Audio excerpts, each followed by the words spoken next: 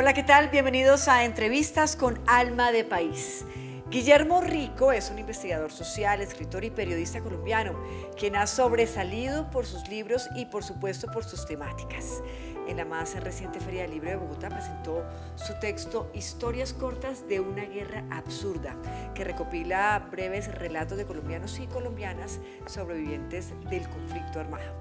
Guillermo ha escrito alrededor de 10 libros, producto de su sensibilidad, rigurosidad y conexión emocional con Colombia. Hoy los invito a conocer su propia historia y sus propios relatos aquí en Entrevistas. Guillermo, muchas gracias por estar con nosotros. Gracias a ustedes. Una invitación que no me esperaba y que recibo con muchísimo agrado. Ay, eso sí me gusta. ¿Por qué no se la esperaba? Porque uno se sienta a producir y a producir, comienza a pensar qué va a escribir para el siguiente trabajo, qué ciudades o qué regiones va a recorrer, qué temas y cómo las va a tratar. Comienza a imaginarse muchas cosas y de pronto recibe una llamada. ¿Qué hubo, hermano? ¿Te acuerdas de mí? Fuimos compañeros en tal parte. Te queremos entrevistar en tal programa. Así de que, bueno, chévere. Sí. Pero por supuesto, además porque su temática, que es el conflicto armado y las historias alrededor de este flagelo, pues sin lugar a dudas merecen ser aún más visibilizadas de lo que están siendo, que por supuesto en la Feria del Libro, lo decíamos al inicio de esta entrevista de Bogotá, la Feria del Libro pasada, pues tuvo bastante acogida su más reciente texto. Sin embargo, es claro también que usted antes trabajaba en los medios de comunicación, hizo parte incluso de varios medios importantes del país, pero un día Guillermo decide dejar de hacerlo. ¿Por qué? Chao, porque me cansé dos cosas, la inmediatez y la indiferencia a la muerte. Sí. Y el respeto a la vida era evidente, y con todo el respeto no lo digo con rabia, sino que pienso que es que una vida humana que se robe, una masacre, es para que el país llore, para que el país entienda. Pero con la velocidad de este país y la velocidad de los medios de comunicación y la forma como lo importante se vuelve indiferente o harto frente a lo banal, y lo digo también con respeto, a un reinado, a una moda o algo así. Entonces, eso me cansó mucho. Y decidí que habían historias que el país debía conocer milimétricamente de cómo sucedieron y por qué sucedieron. Y teniendo en cuenta que yo había recorrido el país de la guerra, porque eso fue lo que yo quise para mi vida profesional, desde antes de ser periodista, entonces decidí que ya era tiempo de los medios de comunicación, de ese confort de tener un sueldo, y salir a aventurarme para hacer mi propia trinchera periodística, que así es como yo la llamo. ¿Pero hubo algún punto de giro específico que le haya permitido pensar y decir, me voy a hacer mi propia trinchera periodística? Sí, hubo una persona que fue importante en mi vida profesional, que fue la Chiva Cortés, don Guillermo. Don Guillermo era un gran demócrata, era un hombre que respaldaba la independencia y de alguna forma la irreverencia de los medios de comunicación. Antes había tenido otro jefe también muy importante siempre en Colombia, y fue Daniel Coronel, que además él obligaba a una rigurosidad bastante fuerte en todo lo que se fuera a publicar. Entonces fueron dos hechos bien importantes. Y bueno, Daniel sale huyendo de los sicarios que lo querían asesinar, y don Guillermo Cortés es secuestrado por la guerrilla de las FARC. Sí. Yo he sido un hombre de izquierda, pero el secuestro de don Guillermo fue el apague y vámonos. El también comenzar a ser mucho más crítico de estos actores, ¿son realmente seres de izquierda o son seres de izquierda de nombre? ¿Sí? Y el EP es Enemigos del Pueblo, como se lo pregunté un día a Raúl Reyes en una conferencia de prensa, y le dije, el paramilitarismo comete cualquier cantidad de masacres. La Gabarra, 111, 114 muertos. En retaliación, el ELN secuestra a la María en Cali, 110 personas. En retaliación, las FARC cometen tantas masacres. Yo le hago una pregunta, ¿por qué no se unen guerrilleros y paramilitares y acaban más fácil con la población civil? Él se ofendió muchísimo con mi pregunta, por supuesto. Me dijo que la diferencia era grande. Le dije, ¿cuál es la diferencia entre unos y otros? Que unos matan con motosierras y los otros con cilindros de gas. Y ahí fue como no, todo lo que está sucediendo en el país hay que contarlo de una forma diferente. Hay que contextualizar a las personas que lo quieran hacer y comenzar a narrar la masacre, una de las masacres, por ejemplo, más olvidadas, que es la de los pueblos palafitos en la Ciénaga del Magdalena. Es una masacre terriblemente dolorosa.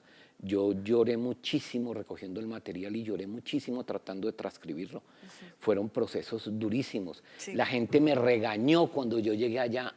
Venga, es que yo soy periodista y quiero, ¿para qué vienen 17 años después? Esto es una barbaridad, ¿qué hacen aquí? Por ejemplo, ¿sí?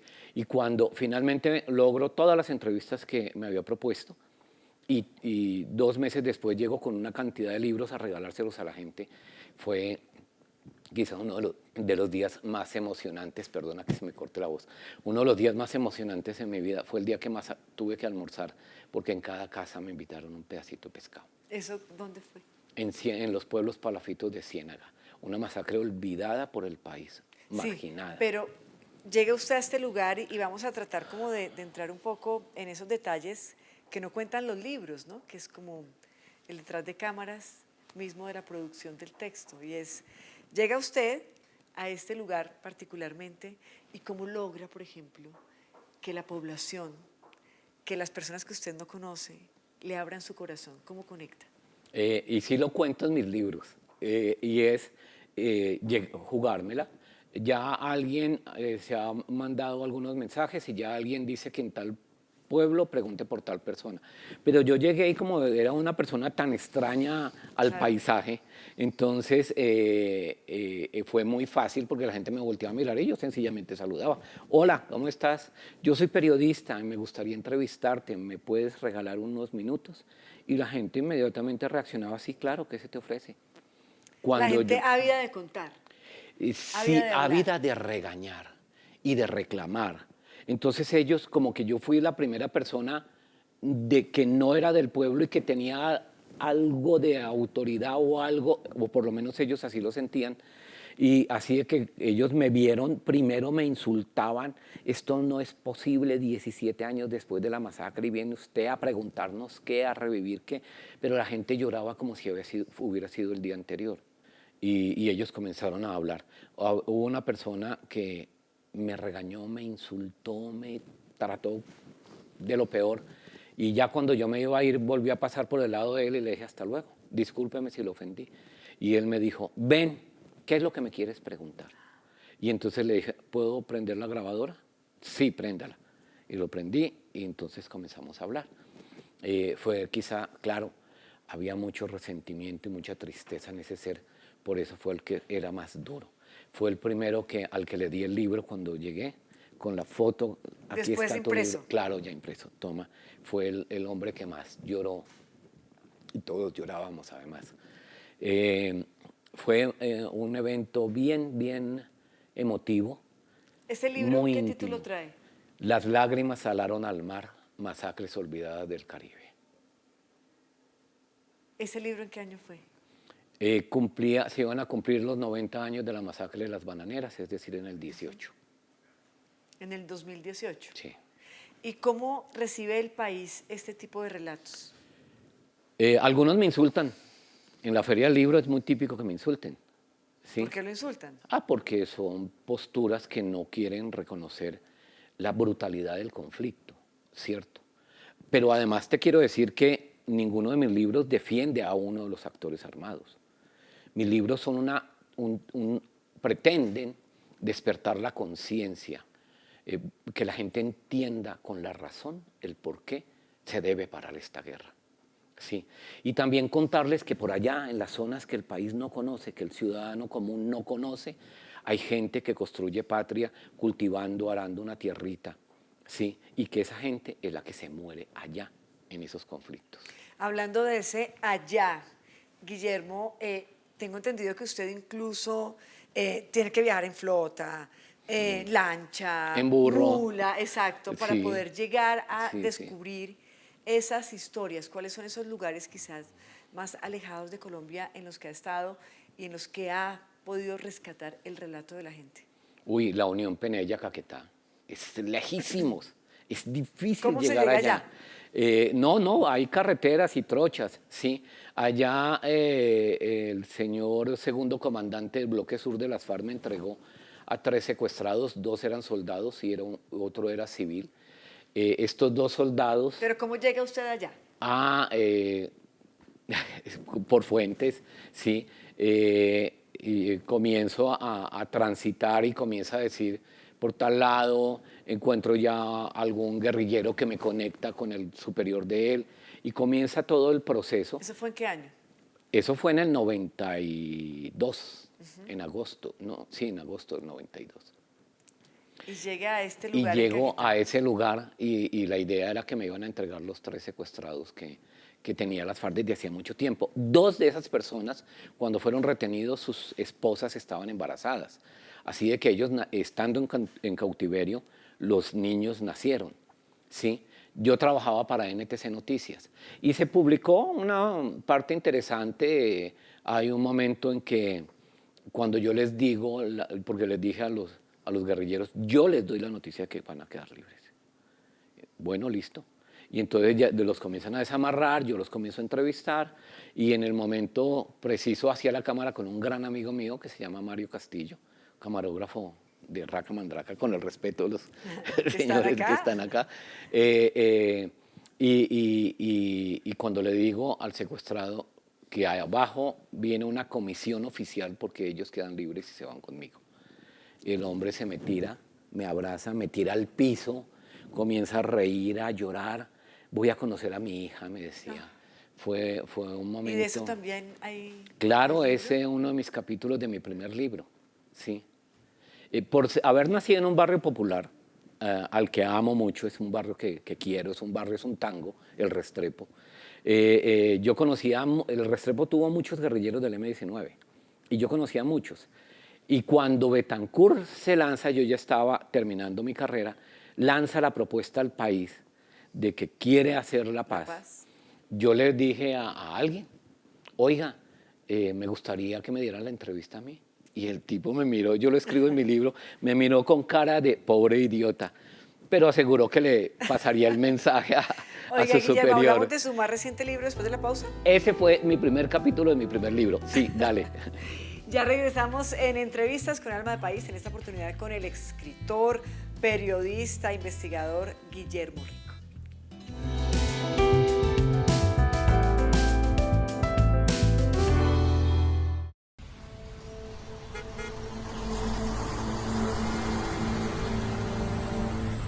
Ajá, abuelito, porque tú siempre tienes las manos tan ásperas. Siempre que veas unas manos así, vas a saber que es alguien que ha trabajado toda su vida con ellas. Y un día, cuando veas tus manos así, te vas a sentir tan orgullosa como yo. Las tierras vuelven a quienes las han trabajado con sus manos. Por eso el gobierno del cambio las está entregando y formalizando, avanzando en la reforma agraria. Así cultivamos a Colombia como la potencia mundial de la vida. Gobierno de Colombia.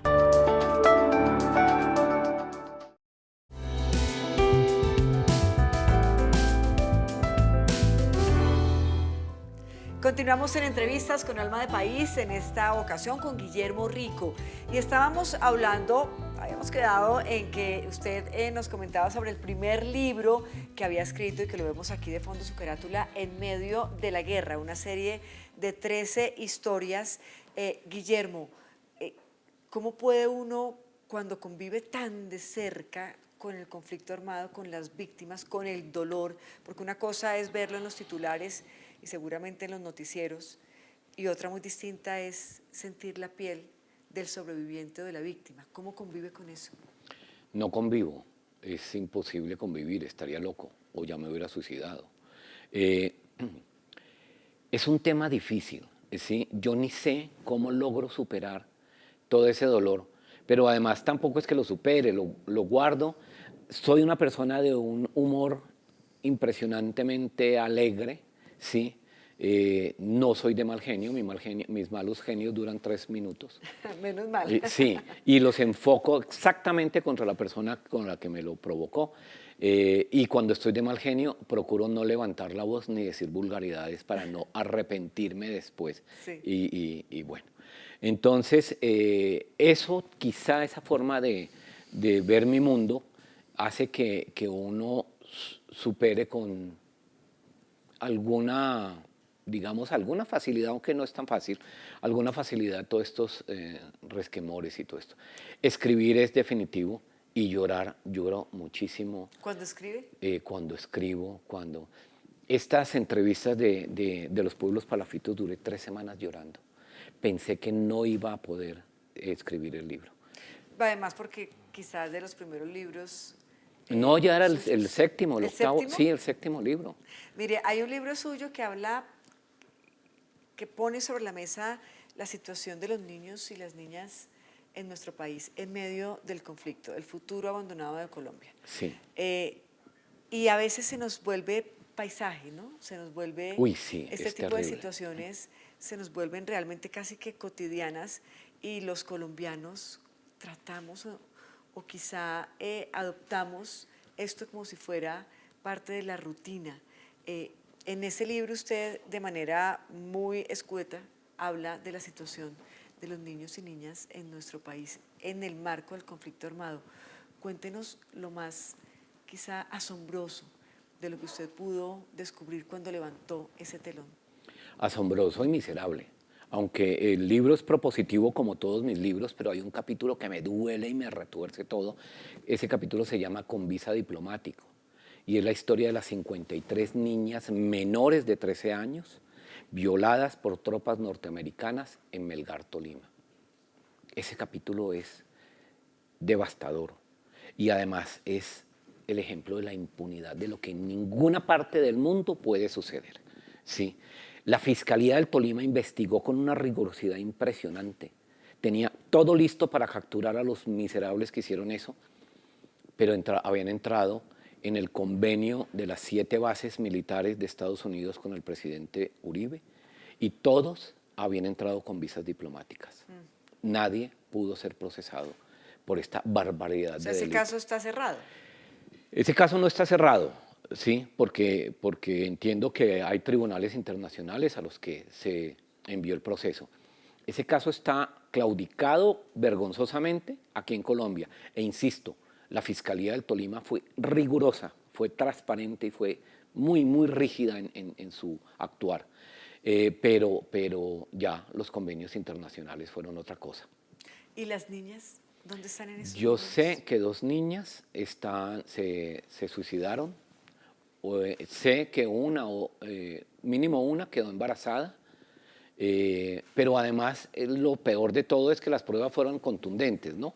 Porque los señores militares norteamericanos grabaron las agresiones de todo tipo que les hacían a las niñas drogadas, porque las drogaban, ¿sí? Las llevaban a determinados sitios que ya tenían arreglados, grababan todo lo que les hacían y las vendían a las redes de pornografía infantil. Entonces, esos videos fueron definitivos, fueron la prueba de los delitos que estos señores cometieron. Mire, Guillermo, en una guerra nadie gana, en una guerra todos pierden. Por supuesto. ¿Para qué sirve retratar realmente todas estas historias y dejarlas para que el país las conozca? Realmente, ¿cuál es el propósito? El propósito es definitivamente uno, generar la conciencia en las personas para que se entienda que la guerra es absurda, que hay que pararla, que nadie gana con la guerra, que cualquier cosa que suceda violentando una vida es perdido, ¿sí? Es perdido los proyectiles, el dinero que se invierte, el tiempo que se invierte, la destrucción es gravísima y eso genera espirales de odio y de violencia terribles. Entonces, cuando uno lo narra y lo narra con respeto, sin calificar a los actores de la guerra, pero sí calificando cómo se violentó la vida y el irrespeto ante la justicia y ante todo, entonces ahí, creo yo, y espero no estar equivocado, es cuando uno comienza a generar conciencia y a que la gente comience a construir partiendo de la razón que comienza a construir la paz. Mire, una de las historias que quizás a usted más lo marcó está en la compilación que fue la que trae el título Coronel Plata, ¿dónde están mis hijos? ¿De qué se trata ese relato y por qué le llegó tan al alma? Porque es que fue todo. Yo trabajaba para NTC Noticias, iba con Mario Castillo como camarógrafo y comenzó una toma guerrillera. Yo llegué a Dabeiba, Antioquia, por la toma guerrillera, ¿sí? Resulta que entiendo que al ejército le fue mal en ese enfrentamiento. Cuando la guerrilla se retiró, el ejército, el coronel Plata, ordena la captura de todos los hombres entre 13 y 40 años que vivían en las veredas vecinas a donde se presentó el conflicto. Y se lleva mucha gente, ¿sí? Así es que cuando nosotros ya llegamos a la balacera, al enfrentamiento, ya los enfrentamientos habían bajado en buena cantidad, que se oían escaramuzas en algunas partes. Pero alguien nos dijo, por tal lado, el ejército se atrincheró y allá están los detenidos desaparecidos. Y cuando llegamos allá, estaba la tropa, habían comenzado a llegar muchos campesinos y había una mujer que le gritaba, Coronel Plata, ¿dónde están mis hijos? Usted se los llevó, usted me prometió que los soltaba, que los largaban, porque ese es el término, los largaban en 2 o 3 días y ya han pasado 5, ¿dónde están? Usted sabe que son campesinos, tiene que devolvérmelos. Ese grito, Coronel Plata, ¿dónde están mis hijos? Bueno, me llevó inmediatamente a preguntarle qué pasaba. Y ella me contó toda la historia. Cuando yo traté de hablar con el coronel, él se subió en un jeep y la tropa comenzó a irse de a poquitos. Así de que nadie sabía dónde era hasta que un campesino nos dijo, allá arriba, en esa montaña, hay un poco de cadáveres. Subimos la montaña y efectivamente encontramos muchos cadáveres. Me acuerdo mucho que Mario... Ahí estaban los hijos de ella. Pues estaba 30 y tantos campesinos asesinados. Muchos de ellos tenían perforaciones en su cuerpo, pero después fueron vestidos con prendas militares que no estaban perforadas. Sí. Y Mario Castillo, me acuerdo que él deja la cámara, se amarra un lazo y desciende a uno de los riscos y ayuda a unos campesinos a sacar unos cadáveres. Yo no me atreví, realmente yo estaba aterrado de lo que estaba viendo. Era un panorama, terrible. Claro. Guillermo, evidentemente usted ha cubierto la guerra, el conflicto en nuestro país, producto de ello y de todo lo que ha vivido, pues son sus 10 libros, está trabajando en un nuevo libro, pero ¿ha cambiado ese panorama en Colombia? Esa guerra, por supuesto, tan cruel, hoy en día es distinta, es otro el paisaje. Lamentablemente no ha cambiado, no es tan masivo, en eso ha cambiado, que ya no es generalizada en todos los territorios, pero también te aclaro que es que la violencia ya no tiene por qué darse, por ejemplo, en la costa Caribe. ¿Sí? La costa Caribe tiene las mejores tierras del mundo, me atrevería yo a decir. Es la esquina más importante del planeta. ¿Sí? Allá, un campesino pobre que tuviera una parcelita era objetivo militar por esa parcelita. Ya ese país ha cambiado. Pues es que los terratenientes se tomaron todo eso. Entonces, ¿a quién van a matar si ya desplazaron a los que tenían que desplazar? Esa es la pregunta, ¿sí? Ellos hicieron toda una contrarreforma agraria a bala. Entonces, por supuesto que ha cambiado, pero ¿ha cambiado de qué manera? ¿A favor de quién? El país, el pueblo, el campesino humilde, ¿estuvo mezclado y fue beneficiado de algo? No, fue la víctima. Pero hay esperanza. Bueno. Ya volvemos. Siempre habrá esperanza. Siempre hay esperanza. Una pausa y regresamos.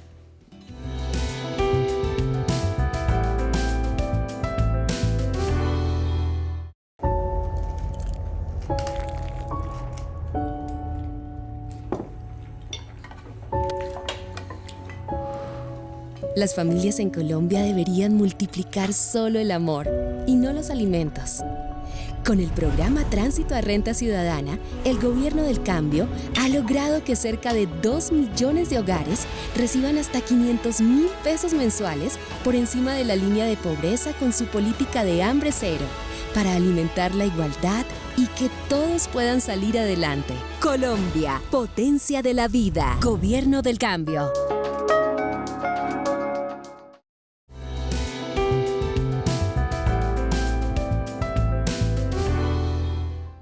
Entramos en nuestro tercer y último segmento en esta conversación muy interesante de país con Guillermo Rico, periodista, escritor, investigador.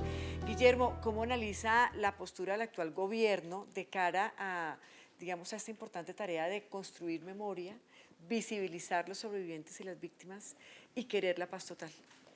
Bueno, vamos por partes. La memoria es muy importante, es más importante incluso que el castigo, ¿sí? La memoria es parte vital de la reparación, es el calmar el dolor. ¿Dónde está mi hijo? ¿Dónde está mi padre? ¿Dónde está mi madre? ¿Sí? Es eso. Es saber que como una indígena un día le dijeron, a tu papá lo matamos, se lo dijo un paramilitar en la JEP, y ella lloró, pero le dio las gracias.